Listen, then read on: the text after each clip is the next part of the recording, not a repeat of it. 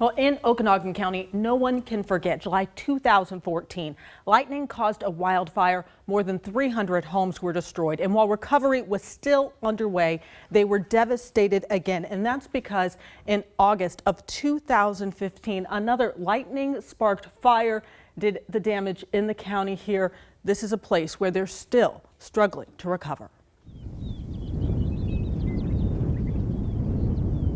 This is the land left in limbo. There just isn't anything left. Okanogan County. Some see it as vast and versatile. Fourth generation, you just keep gritting your teeth and go for it. Initially, I think it brought people kind of closer together, at least for a while. But right now, it is a place with a problem. You're at a point that we really don't know what to do. A county trying to make a comeback. There's not anyone that lives here that hasn't been impacted by these disasters. The markings of massive wildfires are all around. Everything was burned up and charred and roached and burned down houses and homes everywhere, people displaced. Jesus, it happened so fast. I mean, there was no time to help. We've gone through it twice now, 14 and 15. 2014 brought the Carlton Complex fire. 2015, the Okanogan Complex. Yeah, it's a tough and an emotional situation, for all kinds of people. Basically, Pine Creek clear to Omak. I mean, it just gone. Jim Utt only has to look as far as his backyard. It's sad for me. It's really hard for my father because he was born and raised on the place. From the ranch to the Red Rock Saloon. But a lot of people did lose their homes. It's an uphill battle for these people, From a county commissioner's office to a county store. They feel it. I want to cry right now. So the fires really hurt the economy, and it hurts everybody. The economy here counts on cattle. We lost probably close to 1,400 acres of private ground. Grazing ground, gone. The last hay that I got in, we paid $160 a ton for. It's a price that has Ernie Figlinski's attention. This must be about probably 2 tons. He's been hauling in hay. Every day. It's money out of his pocket. They don't quit eating on Sunday, unfortunately. Hey, we gotta feed these tops that are weather damaged, but there's just no choice. He's making the most of what he has left. His home used to sit on this hillside. Now warped metal and piles of rubble are the painful reality. I don't know what the proper word is. It's embarrassing or very, real disappointing. The responsibility rests on his shoulders, the family ranch. Over the years, it has been passed down. Ernie's father gave it to Ernie's brother. Ernie's brother died of cancer. When it became my turn to, run things, you just lose it all, just. Last August, the burnt land became his burden. It took about 3 hours to just take everything. I stayed as long as possible. I couldn't get away. The same fire destroyed David Tenney's home. Everything, it just burnt. All of it's all gone. He offers a tour of his piece of Tunk Valley. Instead of moving away, he's been camping out. There's the couch. It gets dustier than heck, though. There's no running water, so he relies on the creek.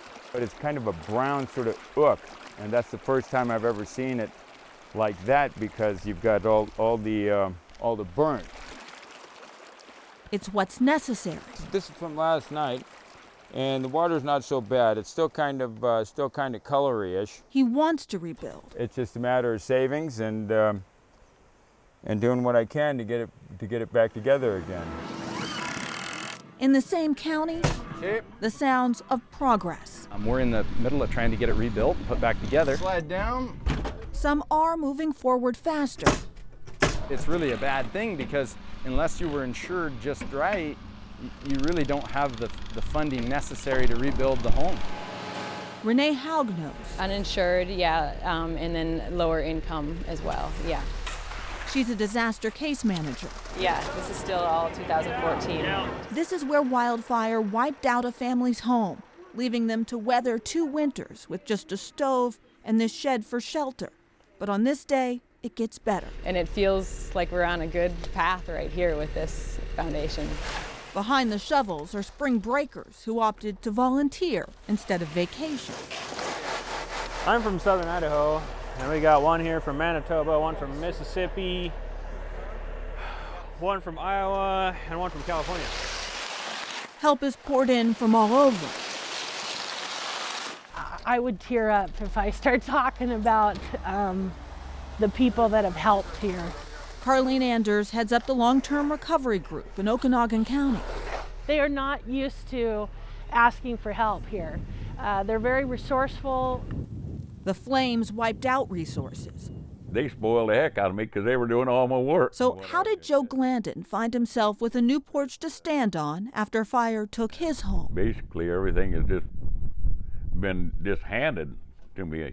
And I've never had anybody give me anything like that before, you know? But it is a gift, one Carlene was happy to help deliver.